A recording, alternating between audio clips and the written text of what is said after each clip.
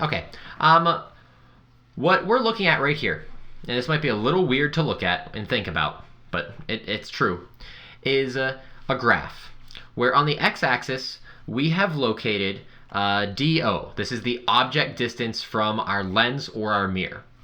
And on the y-axis, we have placed DI, which is that image distance from our lens or our mirror.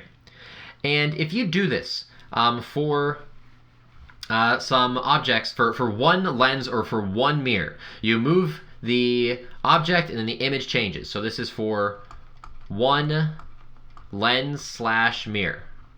Okay? Only one of them. You kind of get this weird, funky looking graph where it's kind of like that, right? So what I'd like to do is I would like to linearize this graph. I don't like how this graph's got some weird curve to it.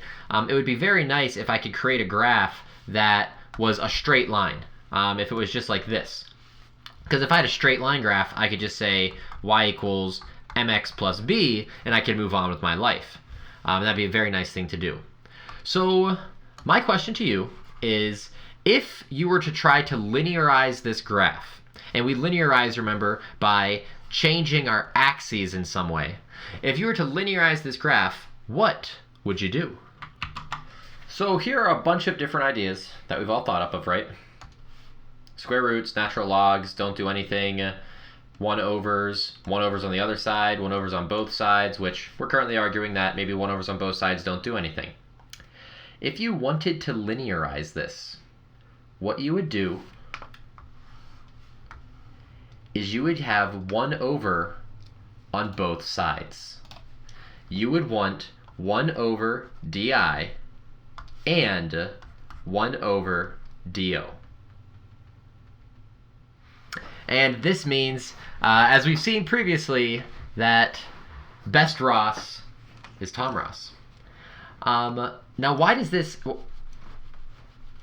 we actually see this as a linearization of the graph here? Well, if this is a linearized graph, we have this equation up here, y equals mx plus b, right? And let's actually analyze what's going on in our lens equation. Our lens equation is 1/f equals 1/di plus 1/do, okay?